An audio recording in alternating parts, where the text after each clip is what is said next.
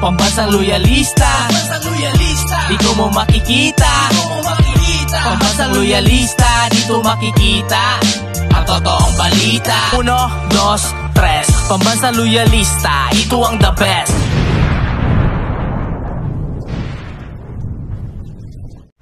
Masayang araw po, mga ka-PL. Magbibigay lang po ako ng impormasyon at syempre magandang balita na rin para sa ating mga kababayang chopper, operator at micro rice retailer. Itong tungkol po sa tulong pinansyal na maaari po nilang matanggap. At kung saan pong tanggapan sila maaaring dumulog, anong dokumentong dadalhin, at kung magkano pong halaga ang matatanggap nila. Ngayon mga ka-PL, kung ikaw ay may kaibigan, kakilala, kamag-anak, huwag nyo pong ipagdamot. Etong magandang balitang ito, imarites nyo na mga ka-PL. Ito po ang pinakamagandang imamarites ninyo. Huwag yung si kumpare kagabi nakita ko dun sa dilim kasama yung asawa ni paring, wag yung ganon. Ha? Mapapaaway ho kayo. O ito po ang magandang imarites ninyo. Okay, pero bago ko po ito simulan, makikisuyo lang sa mga hindi pa po nakasubscribe. Baka naman at pakiclick na rin ang notification bell para updated kayo sa lahat ng upload, at huwag niyo pong kalimutan pa-like sa video. Maraming salamat, makikisuyo lang. O ito na, maritisa na po tayo mga ka-PL.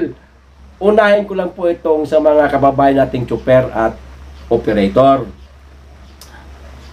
Ayan, magkano ang matatanggap at kung saan tanggapan sila maaaring dumulong. Ito na, fuel subsidy ng mga chopper at operator ng PUVs inilabas na ng DBM. Inaasahang matatanggap na ng mahigit 1.36 milyong mga chopper at operator ang inihintay na fuel subsidy mula sa gobyerno matapos aprubahan ng Department of Budget and Management o DBM ang 3 bilyong pisong pondo para sa programa. Ayon kay DBM Secretary Amenah Pangandaman, ang 3 billion na fuel subsidy ay tulong pinansyal ng gobyerno sa mga chopper at operator na apektado ng linggo-linggong pagtataas ng presyo ng produktong petrolyo. Ayon sa kalihim, mahigpit na bili ni Pangulong Ferdinand Marcos Jr. sa DBM na huwag pabayaan ang mga manggagawa sa transport sector at siguraduhing mabibigyan ng sapat na tulong mula sa gobyerno. Ang galing ng Pangulo. Napakabait mga ka-PL. Nakatingin po sa ating mga kababayan. Kung kinakailangan ng tulungan, agad niyang tinutulungan. Taliwas po ito sa ipinapakalat ng 3 vlogger na content natin kagabi na wala daw pong ginagawa ang ating Pangulo. Ha? Mga fake news po yun sila. Ito na po, kabilang sa makakatanggap ng one-time fuel subsidy ay ang mga sumusunod. Modernized Public Utility Jeepney o MPUJ, 10,000 po. Modernized Utility Vehicle Express o MUVE, 10,000 rin po. Babasahin ko po isa-isa mga ka-PL. Sa dulo ko na po sasabihin ang halaga kasi magkakaparehas lamang po sila ng halaga. Okay? Traditional PUJ, traditional UVE, public utility buses, minibuses, taxi, shuttle service taxis, transport network vehicle services, tourist transport services, school transport services, at PhilCabs ay tig 6,500 po. Ulitin ko, tig 6,500 po sila. Ito pa, tricycles, 1,000. Delivery services, 1,200.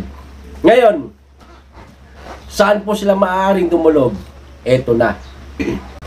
Ang Land Transportation Franchising and Regulatory Board o LTFRB ang mga kasiwa sa 3 bilyong pisong subsidiya dahil ito ang ahensyang magpapatupad ng fuel subsidy batay sa master list ng mga benepisyaryo. Ayun, maliwanag. Ayos po. Saan daw po sila maaring sumangguni o magtanong tungkol dito sa subsidiya sa petrolyo sa LTFRB? Uulitin ko po, sa katulad po nung 3 vlogger na content natin kagabi ng Marites. O ito po ang magandang i-Marites natin. Ipagsabi po natin ito mga ka-PL para makatulong po tayo sa ating mga kapitbahay at higit sa lahat kung meron po kayong mga kamag-anakan na maaaring magiging benepisyaryo nito. Okay? O ito naman po ang pangalawa. Tungkol naman po ito sa mga micro rice retailer. Basahin ko na.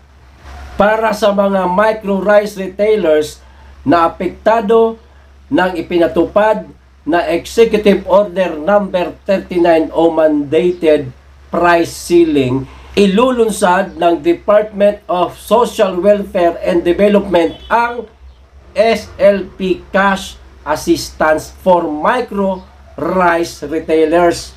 Narito ang mga dapat malaman tungkol dito. Medyo mahaba-habang paliwanagan po ito mga ka-PL, pero tatagain ko po itong basahin para malaman po ng ating mga kababayan kung papaano sila makakakuha ng tulong pinansyal. O ito na. Guidelines on the pilot implementation of Sustainable Livelihood Program Cash Assistance for Micro Retailers. Ano ang Sustainable Livelihood Program o SLP? Ito na. Ito ay isang capability building program ng DSWD na naglalayong mapataas ang antas ng kasanayan, karanasan at kakayahan ng mga benepisyaryo nito. Ang programang ito rin ang tutugon sa mga suliranin ng mga maliliit na kabuhayan na tinamaan ng mga socio-economic shocks gaya ng kalamidad, pandemya, alitan at iba pang pangyayari. Ano ang tulong na maihahatid ng DSWD sa mga apektado ng EO 39? Alinsunod sa Executive Order number 29 Series of 2023 na nagtatakda ng rice price ceiling, ang DSWD SLP ay naglunsad ng SLP Cash Assistance for Micro Rice Retailer.